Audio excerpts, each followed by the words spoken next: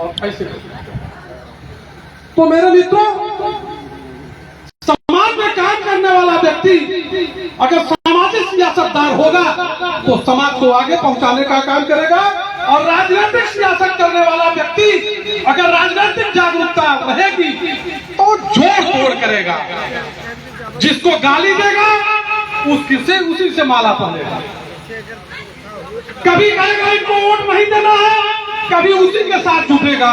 वो सियासतदार दाव पेच का है और वक्त के अनुसार वो दाव पेच बदलता है और सियासत करता है, राजनीति करता है, सरकार में आता है। लेकिन वो अस्थायी पद नहीं है, वो अस्थायी काम नहीं है। कभी सरकार में रहेगा, कभी पैदल रहेगा, कभी गाली देगा, कभी गले लगाएगा। परंतु सामाजिक सियासत करने वाला व्यक्ति सतत जागरूक होना चाहिए। समाज में व्याप्त भ्रष्टाचार, अज्ञानता, अक्रूरता को समझना चाहिए और उसका निजात खोजना चाहिए और उसका समाधान खोजना चाहिए। उसके लिए प्रयास। मेरे मित्रों, वर्तमान समय में हम लोगों ने भाई विनय साथ में थे, अग्रज वही थे, अगुआ वही थे। पूरे देश में संत नरिहर जी के ऊपर किताब लिखने का काम सर्वप्रथम किसी ने किया तो डॉक्टर विनय कुमार वर्मा ने किया। संत नरिहर जी की जीवनी खोजने के लिए, उनके बारे में जानने के लिए हम लोगों ने तमाम जगह यात्राएं की, तमाम लोगों से मिला गया। जितना धार्मिक चीजों पर ब्राह्मणों का ही कब्जा है, हम लोग जहां जहां भी गए वहां जो मठाधीश था वो यही कहा कि आप लोग तुलसीदास पर शोध नहीं कर रहे हैं, उस पर किताब नहीं लिख रहे हैं, कहां नरिहर जी के चक्कर में पड़े। किसी ने सहयोग नहीं किया, लेकिन तमाम भ्रमण करने के बाद जो चीजें जानकारी हुई उसको उस किताब में लिखा। मेरे मित्रों, 1 मिनट का शब्द समय मैं माननीय नरिहर जी के लिए लेना चाहता हूं। मेरे मित्रों, आज के 500 साल लगभग पहले नरिहर जी इस धरती पर हुआ करते। तब शैव धर्मावलंबी और वैष्णव धर्मावलंबियों में जबरदस्त दुश्मनी थी, जिस तरीके से आज हिंदू और मुसलमान का लफड़ा था। शैव धर्मावलंबियों था जो भगवान शंकर को पूजता था, वैष्णव धर्मावलंबियों था जो भगवान विष्णु की पूजा करता था। और उस समय शैव धर्मावलंबी और वैष्णव धर्मावलंबी आपस में मारकाट किया करते थे, आपस में एक दूसरे को नीचा दिखाने का था। उसी संदर्भ में त्र्यंबकेश्वर में शैव धर्मावलंबियों द्वारा विष्णु भगवान का मंदिर तोड़वा दिया गया, खंड खंड कर दिया गया उनकी मूर्तियों को, जिसको आज गुरु शंकराचार्य, उस समय वो विश्वकर्मा समाज था, तुंगवंशी शासक तुंगतिथि जो मुस्लिम समाज था, और हमारे जाति में जन्मे इस जाति का गौरव गुरु नरिहर दास जी के सहयोग से त्र्यंबकेश्वर में पुनः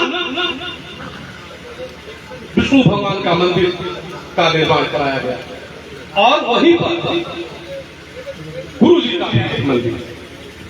मेरे मित्रों,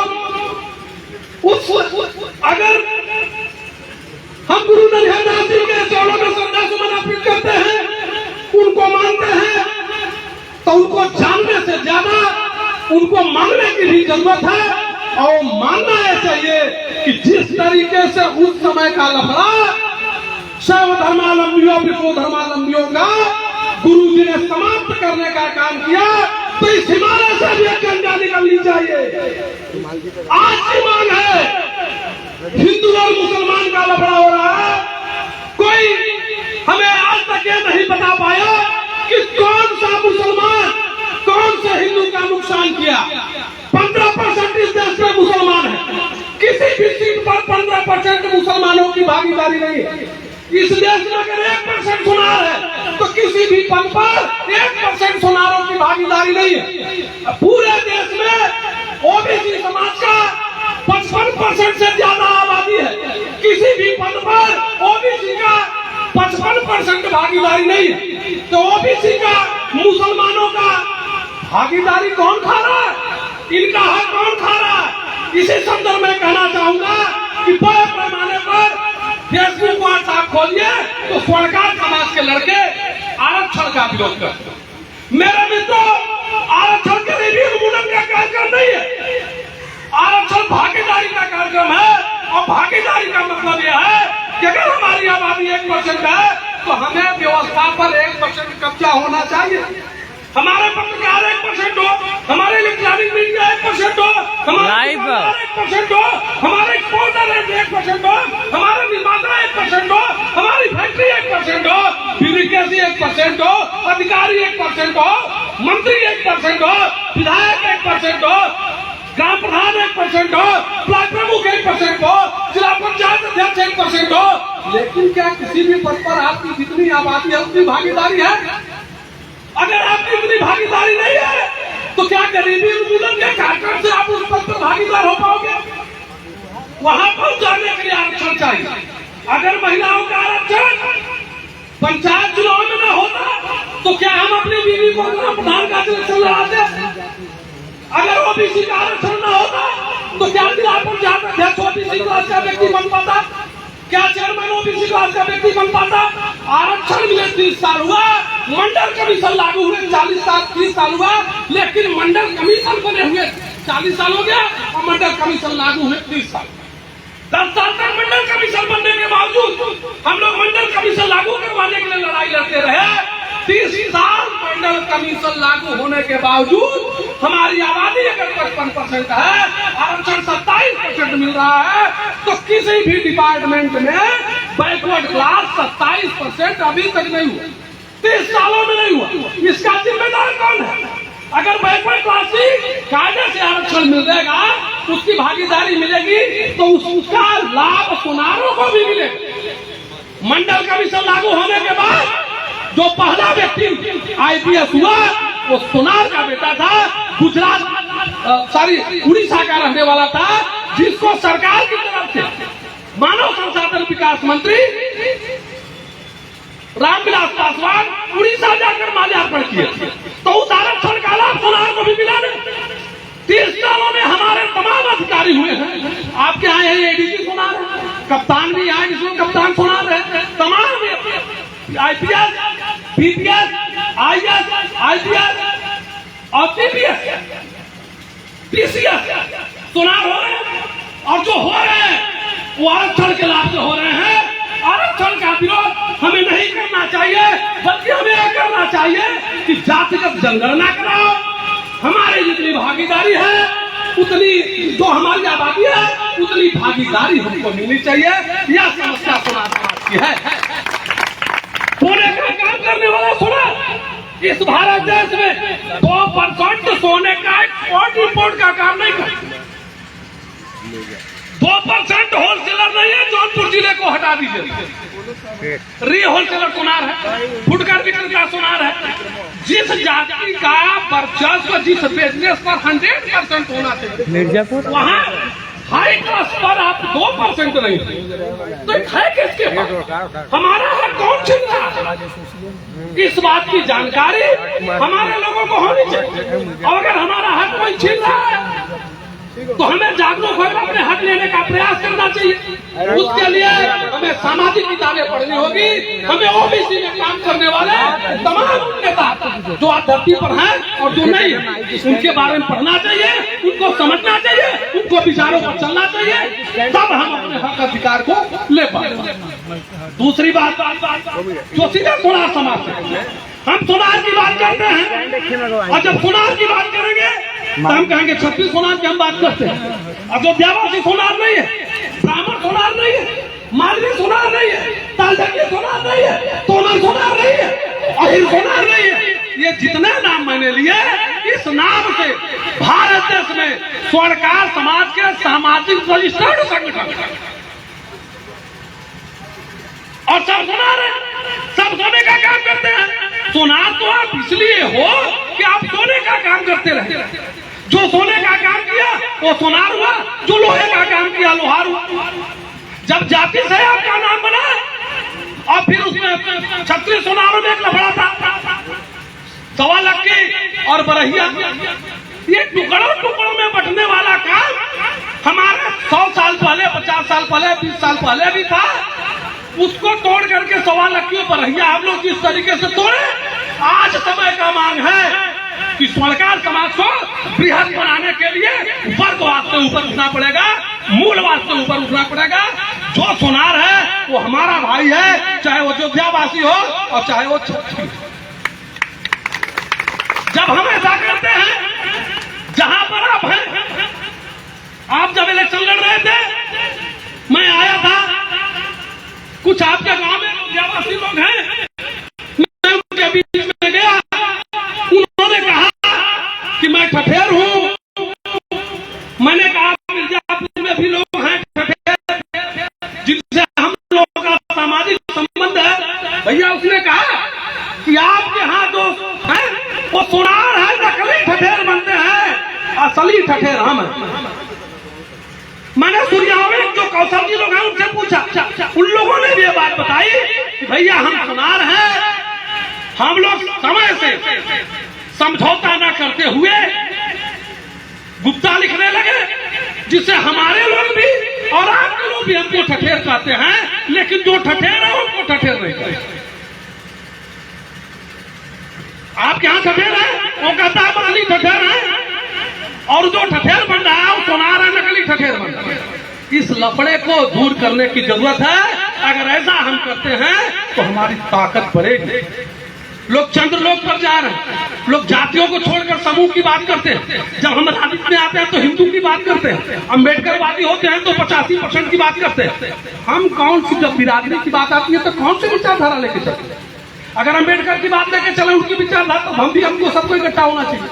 अगर हम हिंदूवादी या राम को मानते हैं तब भी सबको इकट्ठा लेके चलना चाहिए। यह भावना कब जगेगी, कितनी पीढ़ी बाद जगेगी, और जितनी देर में जगेगी उतने दिनों तक आप पीछे रहोगे। इसका खामियाजा, इसकी कीमत आपको चुकानी पड़ेगी, जो चुका रहे हैं हमारे। दूसरी चीज मैं कहना चाहता हूं कि वो लोग जो चुनाव लड़ने वाले, वो लोग जो समाज में काम करने वाले लोग, इतना बड़ा देश है, इतने ढेर सारे पद हैं, एक ही जगह से दो लोग क्यों लड़ करके अपनी ऐसी कैसी करा रहे हो भैया?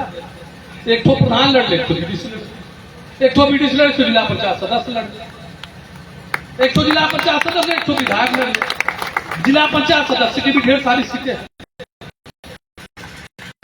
बीडीसी की भी ढेर सारी सीटें पूरे ब्लॉक में लड़ सकते हो, जिला पंचायत लड़ सकते हो, विधायक की प्रदेश लड़ सकते हो। कहीं पर क्यों? अगर एक ही सीट पर लड़ने वाले लोग निकल रहे हैं तो मैं उनको जिम्मेदार कम मानता हूं, उससे ज्यादा जिम्मेदार जनता को मानता हूं। क्यों? अगर हमको नेता ईमानदार चाहिए तो हमें दारू पोटी पर न बिकने वाला जनता भी तो चाहिए। जनता चाहे तो लोग बटे ना, जो हमको गरियाएगा 4 लोग उसके साथ हो जाएंगे, जो इनको गरियाएगा हम उसके साथ हो जाएंगे। इस परंपरा को बंद करनी पड़ेगी। अगर सतत जागरूक है तो, और अगर सतत जागरूक नहीं है तो खुद भ्रम में रहिए, समाज को भी भ्रम में डालिए, और भ्रम डाल करके समाज का न आप उत्थान कर सकते हैं, न खुद का उत्थान कर सकते हैं, न इस देश का उत्थान कर सकते हैं। आज 15 अगस्त है, आजादी का दिन है, हम लोग आजादी मना रहे हैं, लेकिन समाज की भी आजादी होनी चाहिए। और समाज की आजादी के लिए यह आजादी झूठी है, ये जनता भूखी है। आजादी तो तब मिलेगी जब आपका भी विधायक होगा, आपका भी मंत्री होगा, आपका भी जिला पंचायत अध्यक्ष होगा, आपका भी ब्लॉक प्रमुख होगा, आपका भी ग्राम प्रधान होगा। अगर ऐसा नहीं है तो आपकी आजादी झूठी है। दूसरी बात मैं कहना चाहता हूं कि हम लोग जिसको मजबूत बनाने का काम करते हैं, अपने जिस भाई का विरोध करते हैं, चोर न देखे वह सुनार देख ले, चोर न देखे वह सुनार देख ले, शेर न देखे वह बिलार देख ले। ये बात क्या सुनारों ने कही? किसने कहा? अहिर गड़रिया कुर्बी चोर धर धारे का टगरी तोड़, किसने कहा? ढोल गवार शूद्र पशुआरी सकल ताड़ना के अधिकारी, किसने कहा? जे बड़ा आदम तेल कुमारा तो पचकिराज को कलवारा किसने कहा? जिसने हमको नीच बताया, जिसने हमको नीच बनाया, जिसने हमको नीच मनवाया, हम उसी की पूजा करते आए हैं, हम उसकी बात मानते हैं, हम अपनों की बात नहीं मानते, अपनों की बात नहीं सुनते, अपने बारे में चिंतन नहीं करते, अपने बारे में मनन नहीं करते, अपने अधिकार की बात नहीं करते, हमेशा लड़ाई दूसरों के लिए करते। मेरे मित्रों, आरएसएस का संगठन ब्राह्मणों ने बनाया। आरएसएस जो भी काम करती है वो ब्राह्मणों को लाभ पहुंचाने के लिए काम करती है। और आरएसएस की लड़ाई कौन लड़ता? एससी एसटी ओबीसी के लोग लड़ते हैं। एससी एसटी ओबीसी के लोग ब्राह्मण के लिए संघर्ष करते हैं, लेकिन एससी एसटी ओबीसी के लोग अपने लिए क्या करते हैं? अपने लिए मंदिर में घंटा बजाएंगे, उनको पुजारी बनवाएंगे, राम मंदिर बनाएगा वो, और ट्रस्टी एक भी ओबीसी क्लास का व्यक्ति नहीं हो, पैसा देगा ओबीसी क्लास का व्यक्ति। सबसे ज्यादा राम मंदिर में सुनारों ने चंदा दिया, एक सुनार उसमें मेंबर नहीं, या पूरे ओबीसी क्लास का मेंबर नहीं, सारे मेंबर ब्राह्मण या क्षत्रिय हैं। इस बात को कितनी पीढ़ी बात हम समझेंगे? कितना साल लगेगा? राजनीति मजबूरी है, किसी भी दल में जाके काम करिए, नेता जो अपने समाज के हैं उनका सहयोग करना चाहिए, साथ सहयोग करना जरूरी है, हमारे लोग सभी दल में होने चाहिए, लेकिन अपनी भी बात समाज में करने वाला संगठन होना चाहिए और उसको मजबूत बनाने की जरूरत है। सभी के मिलजुल कर काम करने की जरूरत है। मैं समझता हूँ समझ ज्यादा नहीं ले रहा हूँ साथियों। जाते जाते मैं कहना चाहूंगा, समाज को मजबूत बनाने का हर फंडा अपनाने की जरूरत है। यहाँ भाईचारा बनाने की भी जरूरत है, भाईचारा दिखाने की भी जरूरत है। हमें कोई कुछ कहे तो आप कम से कम उससे पूछ बोलो भाई क्यों कर रहे? अगर ऐसा कहेंगे तो भाईचारा जीते। इन्हीं मैं समझ रहा हूँ कि हमारे पर बहुत सारे लोग का दबाव आ रहा है, भाई आप बहुत ज्यादा बोल रहे हैं, तो भैया जी मैं अपनी भाई को विराम देने से पहले एक बात पुनः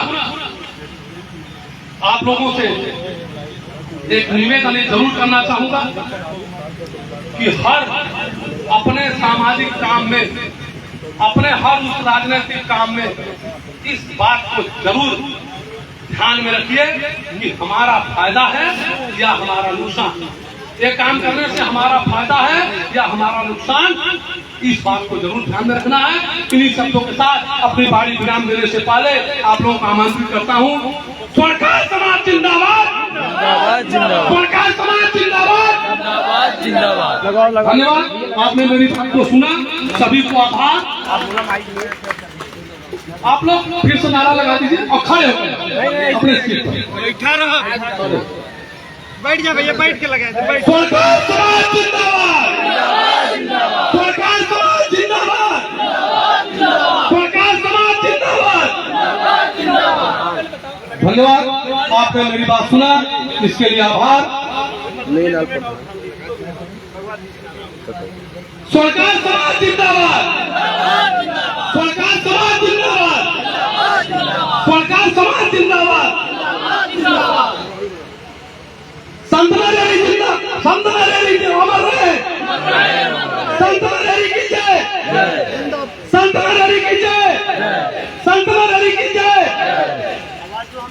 आवाज दो, आवाज दो, आवाज दो, आवाज दो, हम एक हैं।